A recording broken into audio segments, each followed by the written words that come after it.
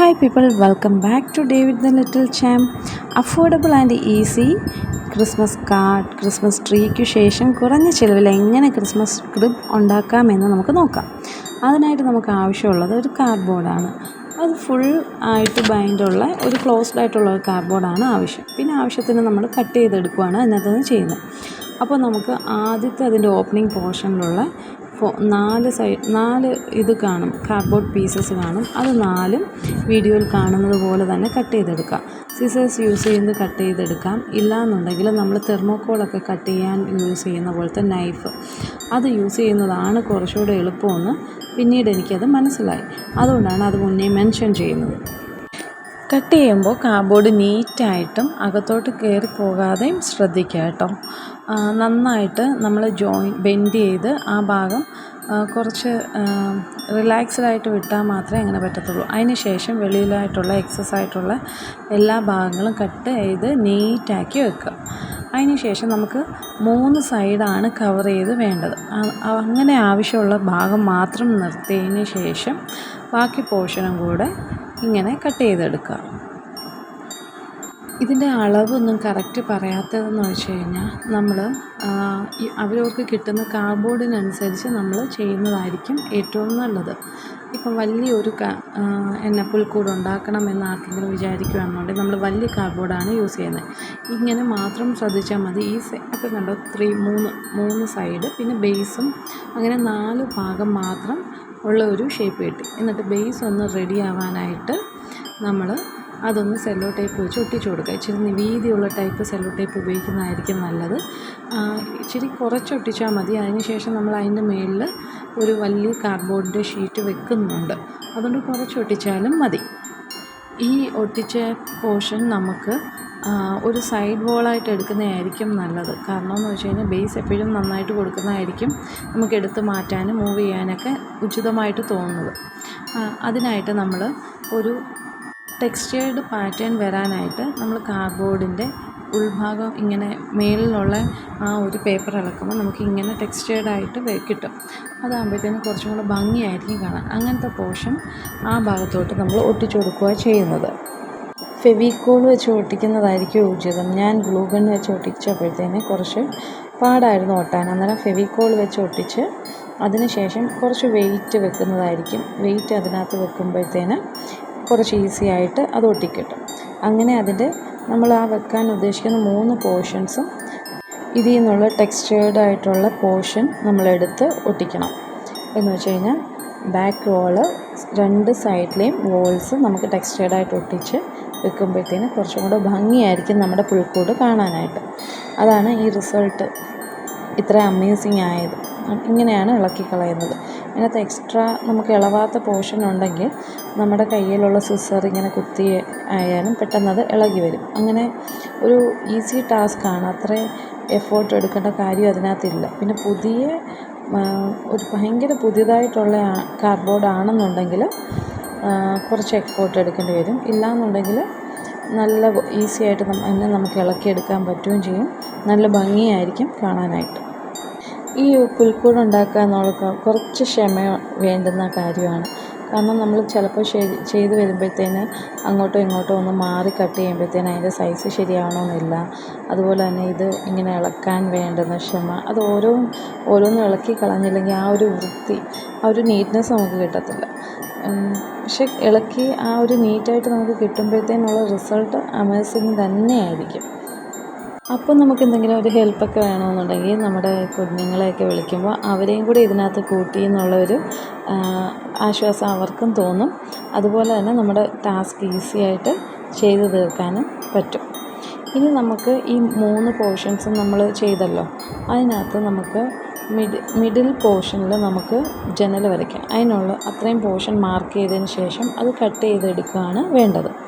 Cut ചെയ്യുമ്പോൾ തന്നെ ഓരോ പോർഷനും താത്ത് വെച്ച് കട്ട് ചെയ്യണം. സിസർ ഉപയോഗിച്ച് കട്ട് ചെയ്യാൻ പറ്റുമെങ്കിൽ അങ്ങനെ ചെയ്യാം. അതിന് ശേഷം ഇപ്പോൾ കട്ട് ചെയ്തെടുത്തു.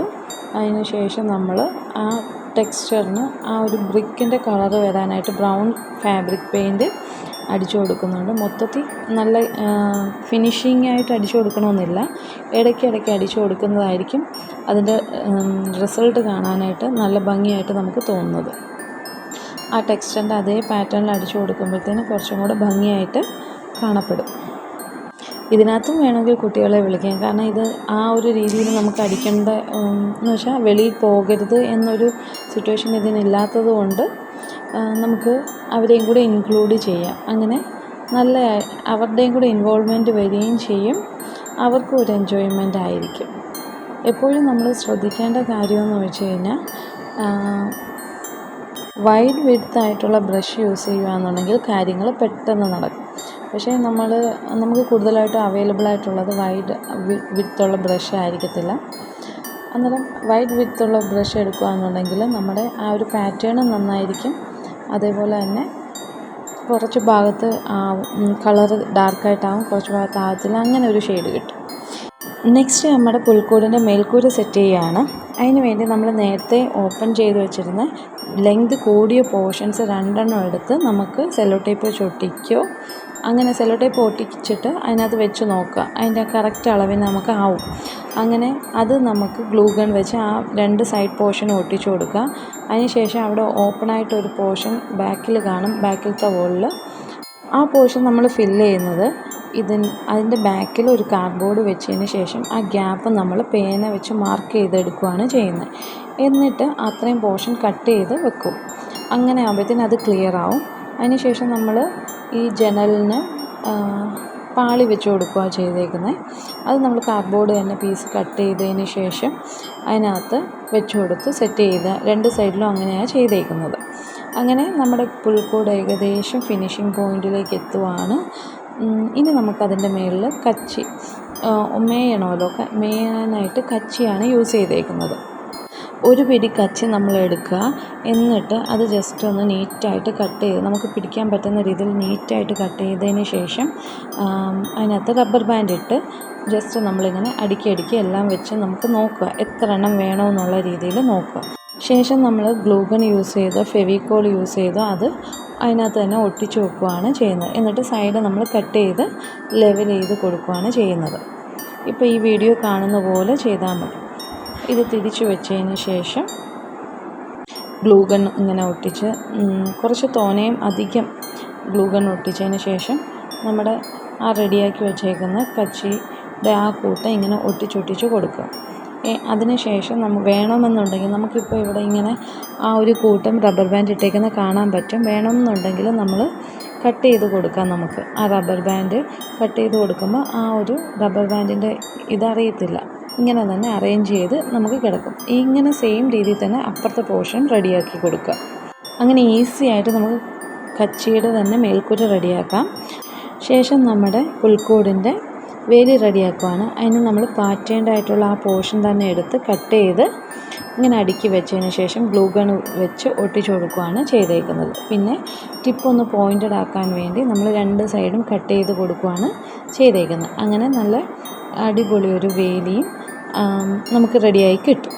ഇത് ഗ്ലൂ ഗണ്ണോ നമ്മുടെ ഫെവിക്കോളോ വെച്ച് നമ്മുടെ പുൽക്കൂടുമായിട്ട് അറ്റാച്ച് ചെയ്ത് കഴിയുമ്പോഴത്തേന് നമ്മുടെ കിടിലൻ പുൽക്കൂട് റെഡിയായി കിട്ടും നമുക്കിവിടെ.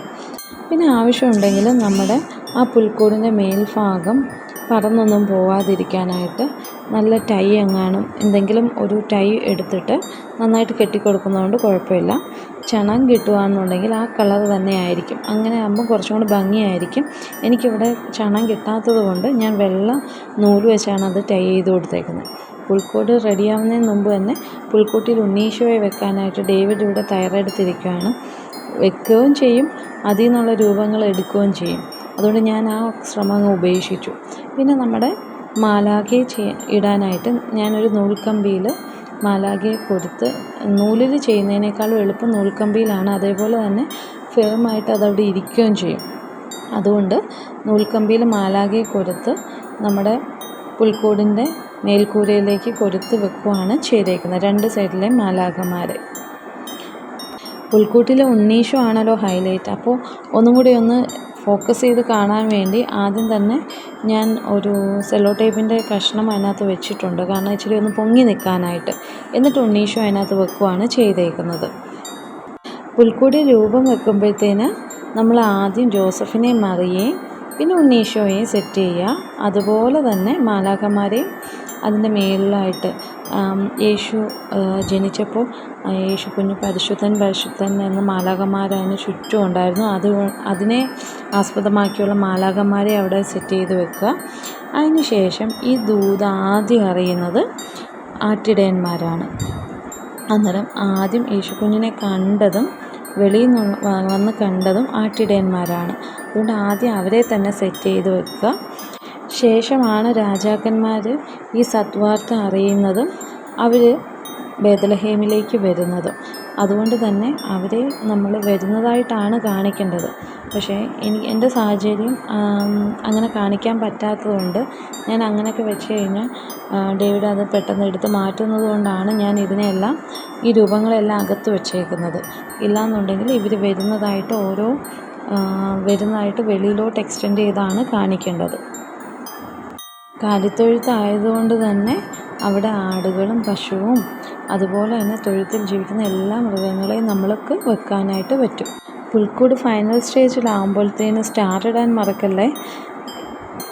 യേശുക്കുഞ്ഞ് ജനിച്ച സദ്വാർത്ത ആട്ടിടയന്മാരിലേക്ക് എത്തിച്ചത് ഒരു സ്റ്റാർ, ഒരു നക്ഷത്രം ഉദിച്ചതിലൂടെയാണ്. ആ നക്ഷത്രമാണ് അവരെ വഴികാട്ടി ബേത്ലഹേമിലെ പുൽക്കൂട്ടിൽ എത്തിച്ചത്. രാജാക്കന്മാരെയും ആട്ടിടയന്മാരെയും വഴികാട്ടിയത് ആ നക്ഷത്രമാണ്.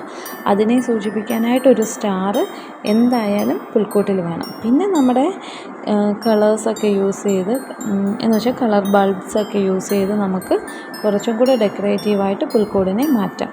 അപ്പോൾ ഞങ്ങളുടെ ഈ പുൽക്കൂട് ഇഷ്ടപ്പെട്ടു എന്ന് വിചാരിക്കുന്നു. കുറച്ച് ബുദ്ധിമുട്ടുകൾ ഉണ്ടായതുകൊണ്ട് ആ രൂപങ്ങളൊക്കെ വെക്കുന്ന കറക്റ്റായിട്ട് കാണിച്ചു തരാൻ പറ്റിയിട്ടില്ല. എന്നാലും അത്യാവശ്യം നല്ല രീതിയിൽ തന്നെ ചെയ്തു എന്ന് വിചാരിക്കുന്നു. അപ്പോൾ ഞങ്ങളുടെ ഈ ക്രിയേറ്റീവ് ക്രാഫ്റ്റ് വർക്ക് ഇഷ്ടപ്പെട്ടു എന്ന് വിചാരിക്കുന്നു. അപ്പോൾ ഞങ്ങളുടെ ഫൈനൽ പുൽക്കൂടിൻ്റെ ലുക്ക് ഇതാണ്. കണ്ടു നോക്കൂ. നൈറ്റ് വ്യൂ ഞങ്ങൾ ഇതിൽ ഇൻക്ലൂഡ് ചെയ്തിട്ടുണ്ട്. നിങ്ങളുടെ അഭിപ്രായം എന്താണെന്ന് പറയണേ. ഒരു രൂപ പോലും ചിലവാക്കാതെ നല്ല രീതിയിൽ ഒരു പുൽക്കൂടുണ്ടാക്കുന്ന എങ്ങനെയാണെന്നാണ് ഈ വീഡിയോയിലൂടെ കാണിച്ചു തരാൻ ഉദ്ദേശിച്ചത്. അത് നന്നായി മനസ്സിലായി എന്ന് വിചാരിക്കുന്നു. ഇനി ഇങ്ങനത്തെ പുതിയ ക്രാഫ്റ്റ് വീഡിയോ ആയിട്ട് വീണ്ടും കാണാം. അപ്പോൾ ഇനി കാണുന്നവർ tata, bye bye and the joy of peace to all.